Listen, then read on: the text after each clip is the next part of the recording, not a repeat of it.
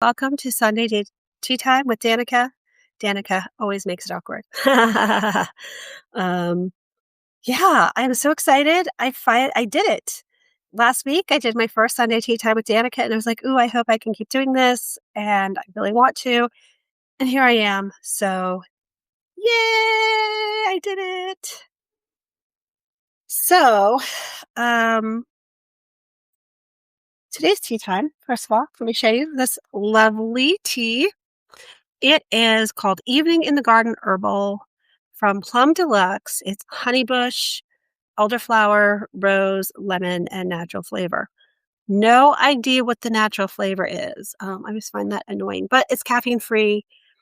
And what I've realized about these afternoon tea times with Danica is I don't have caffeine in the afternoon. So I'm going through my decaf tea collection. So at some point, I will have to do something in the morning so that I can have caffeine and share some of my really yummy caffeinated teas because I have a great, big, huge variety of caffeinated teas. And I sadly don't drink them very often because if I have tea after about noon, I'm going to be up all night. So let's just also show you my teacup for today. So this is this beautiful teacup with a lovely little rose pattern. I got this teacup in Port Orchard, Washington at a tea shop that is owned by Debbie Maycomer. I don't actually know if she still owns it. I meant to look that up before we did this and I didn't, but I went there on a trip with my friend Cammie Tang, who sometimes watches. So Cammie, if you're watching this, hello. Here's our teacup from our tea that we did together. Okay. And then, so I'll just pour it. You can see it's just a really nice, very light yellow color. It's almost clear, but it's also a really nice tea. So, oh yeah, that smells so good. So it's a good thing that I really do love herbal teas. And it's also really nice because it is a relaxing tea. And I think that with everything that's happening in the world, we really need that extra comfort and that extra comforting. So, um, for those of you who are like me and you're just struggling with stuff happening in the world right now, you're not alone. Go have that nice, quiet cup of tea and relax and enjoy. And that's what I'm here for. And that's what hopefully Tea Time with Danica will be for you. Usually Sunday is my house cleaning day, my reset day. I think I was telling you all about that last week. So this week, I didn't get my reset. It was a really busy week last week. Friday ended up being super busy and I was out way too late. And then Saturday, again, I was super busy and I got home about 4 or 5 o'clock Saturday night and I was exhausted. I could not get up off the couch. And literally, I had just gone grocery shopping and I put the perishables away, but I literally left the rest of the grocery bags sitting on my kitchen floor because I just couldn't. And so even though I bought all the things to make dinner, I did end up getting DoorDash. And I want to share that with you because I just want you to know there's no shame in doing that. I used to feel a lot of shame about that, particularly when I was like, I have groceries, I have food, I just bought food to cook.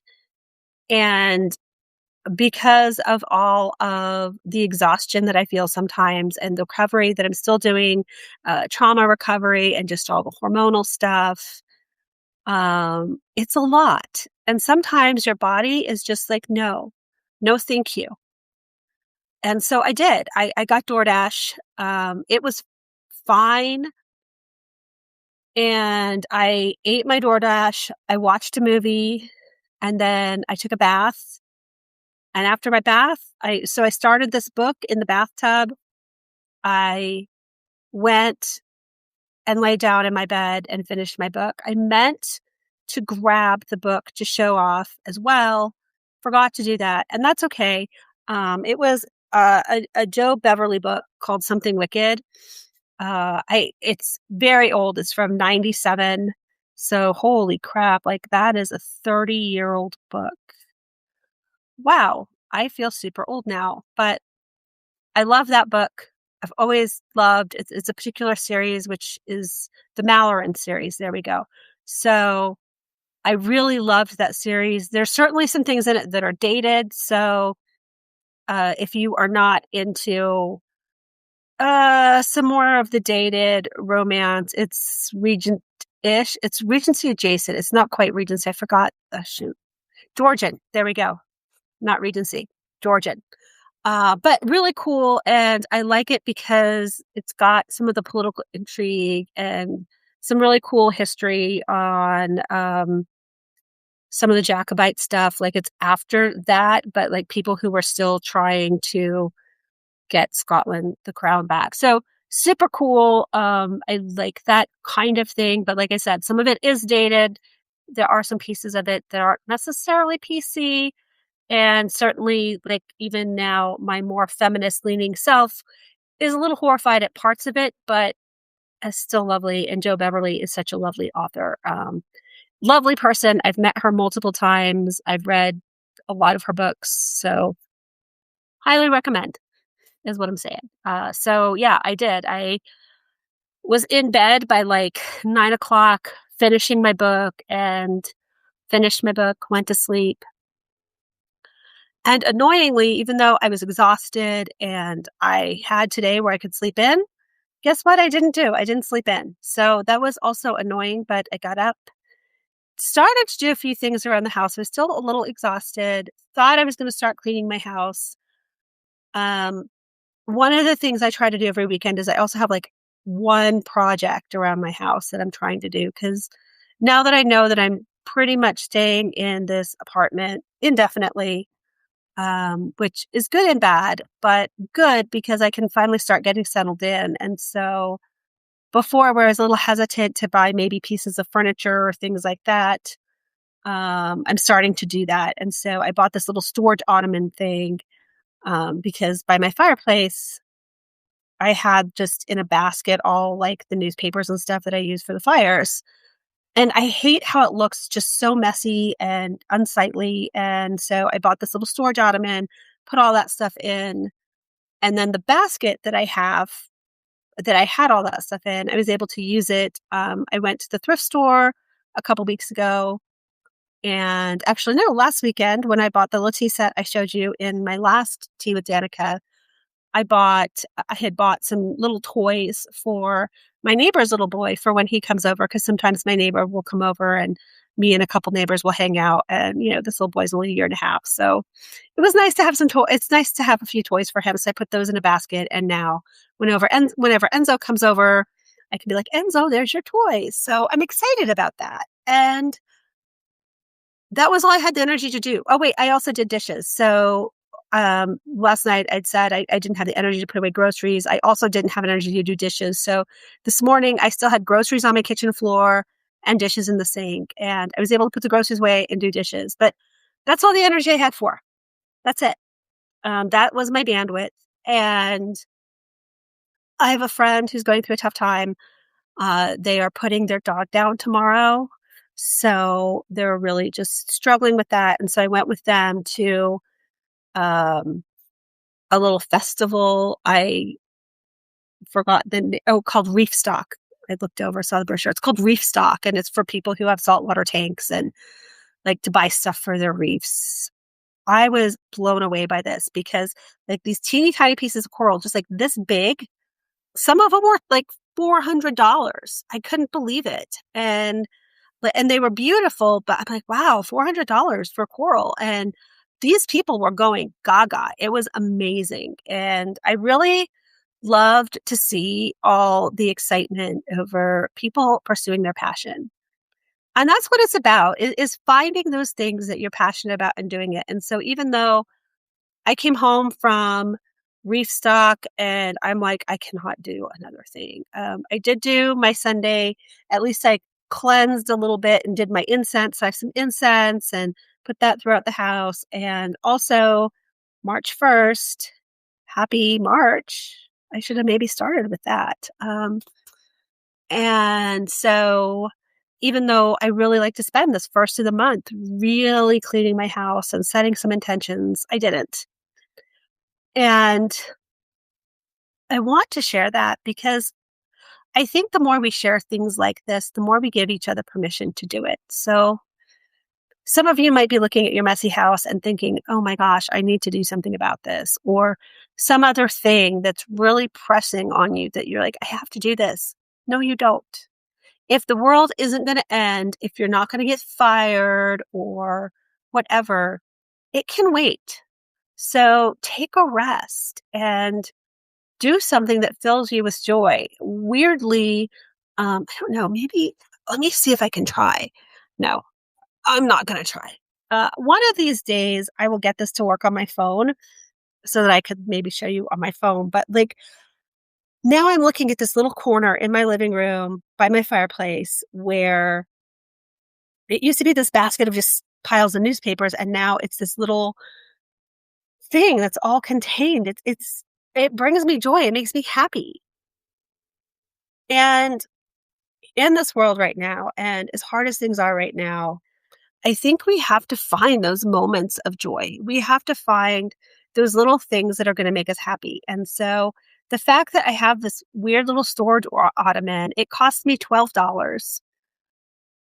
And it was just such a little piece of joy to bring into my life. And I really want you to find those things that will bring you that joy, even if it's just a little bit, because that's what we need. And that's what we need to cling to right now. One of the things that I also did is when I was cleaning out the storage at Ottoman, I found this. So this scrapbook is from my college days. And I wanted to show you because, I talk about creativity and I talk about art. And so here we go. This, I called this blue. I have to be careful of how I do it because all the pages are falling out. So I think one of my upcoming projects is going to be like remounting this nicer. Um, and like this one, here's my attempt at a person. It's called Vagueness of Reality. Um, this one is actually pretty good. I'm surprised here. This is called Bird and Fish. So this is all just actually all watercolors. That first one was finger painting. That was my first piece I ever did. But this is just watercolors on like construction paper almost. But it's not archival. It isn't anything special. And yet here I am looking at these things and here's what's special about it. Like, this is me. This is my creativity. And we need to celebrate it. And some of the other pictures in there are things that my little sister had colored for me when she was just like a toddler. And those are in there. And I'm keeping, and it was so funny. I took a picture and I sent it to my sister and I said to my dad, I'm like, oh my gosh, look what I found. And they were just tickled that I had these in this cute little scrapbook that I kept. And those little pieces of creativity, I think about that. And when I was in college, that was my escape my freshman year of college. I was not in a good situation. I was bullied by a certain group of people that I was with. Actually, for the first 3 years of college, I didn't get out of that group until my junior year. And I had one friend my freshman year, and she transferred after our freshman year. But we made so many of these lovely pieces of art together. And obviously, they're not great art. You saw them. And it doesn't matter because that is the beauty of being creative. And that's what creativity means. So, as I show you some of the pieces of art that I'm making and the art that I do, you have to understand that this is not meant to be perfect. Like here is some of the neurographic art that I have been doing. And that's where I find my comfort. And as a writer, sometimes I do think that we put all of this pressure on ourselves to be creative and to do these cool things. And we have to remember that creativity isn't just about that perfect finished product. It's not about that published book. And one of the things that came up for me this week is this person made a comment about, yes, you do have to suffer for your art. Now, first of all, if you listen to the podcast that I co-host with my friend Steph Jonas, Brave New Bookshelf, we have said over and over this is a lie and we have to stop buying into it. But here is this person in publishing talking about the necessity of suffering for our art. And that is so bogus. We don't have to suffer. And if your art is making you suffer, honestly, I think you need to rethink what you're doing and why you're doing it. What is your motivation? Where is your joy? And for me and for a lot of other authors, being able to use AI has helped us find that joy again. And like, I have this joy in making these weird pieces of art that aren't very good. And I don't care because I'm having fun. And so over the weekend, last weekend, I worked on, and then I finished this week, this AI written novel that, first of all, I need to be clear, it's terrible right now. But it was so delightful creating it and like following the joy and following the process. And now I have this piece of work. I'm not publishing it yet. I might, but it's going to take a lot of work to turn it into something really substantial and significant. And I'm okay with that because I'm just creating for the joy of it. And also, over the past week, I've dictated like 10 Substack posts, you guys. I've got 10 posts coming out. And I just haven't had the energy to do much more than sit here on my couch and blah, blah, blah, blah, blah. So we'll get there. And the reason that I want to really talk about this and share about the fact that, yes, I'm being creative and I'm doing all these things, but it's all this inward process piece. It's not the, oh, look, I have all this cool stuff to show. And one day you're going to wake up and you're going to have 100 posts from me. Okay, maybe not all in a day because that's a lot. But there will be a lot of posts. And there are people who are going to be like, oh my God, that's AI. And you know what? It might be.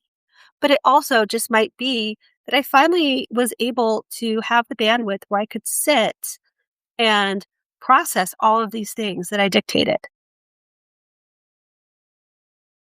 Okay, this tea is really good. I forgot who gave me that tea, but thank you, person who gave me that tea. They're probably not watching this, but I do want to acknowledge, like, I have these beautiful gifts.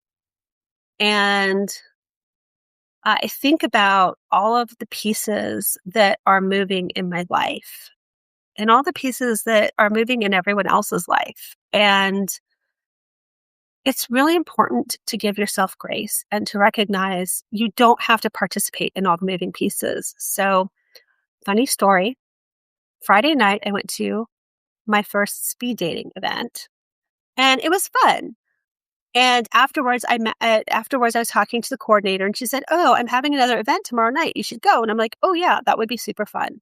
Sure. And I RSVP'd and I matched with this other guy. And he was like, oh, you should go to are you going to the speed dating event? I'm like, yeah, I think I am. And so he even texted me and the next day and said, hey, I'm really looking forward to seeing you tonight. Are you still going? And I was so exhausted that I just said, you know what? I'm really sorry. I know I said I was coming to this event, but I'm really tired and I'm going to stay home. And obviously, as I just described in the beginning of the video, how tired I was, that was a great choice. And the guy texted me back. He was like, oh, hey, no worries. We'll catch up some other time. So obviously he's somebody that I will hopefully see again. And if not, that's okay too. But that's the kind of person I want in my life. If he had said, oh, I can't believe you're not coming, then I would have been like, okay, bye. Because now more than ever, we have to protect our space. We have to protect those things that make us feel joyful. And if someone is going to be mad at you because you're doing something that helps you bring you that joy, they are not somebody that needs to be in your life. Um, like I said, this guy, who knows, super nice guy, but we met at a speed dating event. I know nothing about him. But the one thing I do know is that he acted with kindness and grace when I said, nope, I'm not going. And it wasn't like we had like a firm date. I might have treated it a little different, but um and I think about like the other things that we hold ourselves to. I used to be that person who pushed through. And I think that's why burnout hit me so hard, is because ordinarily I would have gotten home that night and been like, "Oh my gosh, I can't get up off the couch." "Yeah, but I bought all this food. Okay, I'll make dinner." "Yeah, okay, I committed to going to this event. I'll go." And then today, well, I have to clean my house. And I'm just not doing it. And going back to the AI stuff, like, if AI is helping you find that joy in your writing again, please use it. If AI is helping you find joy in your art again, please do it. I have a lot of friends, we've had a lot of guests on the podcast who are artists and very talented artists in their own right, who have said, yeah, I found ways to do this stuff with my art that I couldn't have done before. And what I want to say to that person, who I will not name, but um, if you think that someone has to suffer for their creativity, for whatever they have in life, then please stop. Or at least don't put that belief on someone else. Maybe you could privately hold that judgment, but please do not put that judgment on other people. Because I think the reason so many people are burned out right now, are so exhausted, are suffering right now, is because we have this idea that suffering is noble. And it's not. There's no nobility in suffering. We have to find the joy. And if saying no gives us more joy, then that's what we should do. And so that's what I want to leave you with today is, how are you bringing joy? The sun is starting to set. It's almost 4 o'clock here. So you have a few more hours this Sunday. You've got a few more hours in your weekend to say, cool, how can I bring joy into my day today? What's one little thing I can do to be joyful? I mean, maybe it is going to your cupboard and brewing yourself this nice cup of tea that someone gifted you, and I guess maybe I'll hold it this way because this is prettier. But, maybe it is using your pretty mugs. How many of you have a pretty teacup or a pretty glass? When was the last time you used it? Maybe it is getting out your markers and doing some coloring. You could draw something badly or not. You could you could just color in a coloring page. You could go to AI and say, hey, AI, whatever your AI of choice is. Right now, I'm really a big fan of Anthropic, because thank you, Anthropic, for doing the right thing and standing up to being told what to do. But whatever your favorite AI is, go on there and say, hey, I would like to have a picture that I could color because I'm really stressed out. I want this and this and this and it. And you know what? It will do it for you. And then you print it out and boop, boop, boop, color it. Or you could just open it up in Paint and use your computer to color it. I don't know. Whatever makes you feel that little bit of joy. Or maybe it's what I did last night, and grabbing a favorite book off a bookcase and reading that. And I am really weird. I have to read books in one setting because it's just how my brain works. Um, if it's fiction. If it's nonfiction, I have to do it in multiple settings. But maybe it is just taking 5, 10, 15, 20 minutes and spending time with the book. It was just when I was rearranging stuff for this ottoman that I bought, I did see a couple books. I was like, oh, that's where those books are. I would like to read those books. And so now I have more reading to do. And the point of that is just for you to take a few minutes for yourself and to find that joy. And you know what? If the laundry doesn't get done, the dishes don't get done, they're still going to be there tomorrow. I was supposed to do laundry day. Did not happen. I don't care. It'll be there tomorrow. And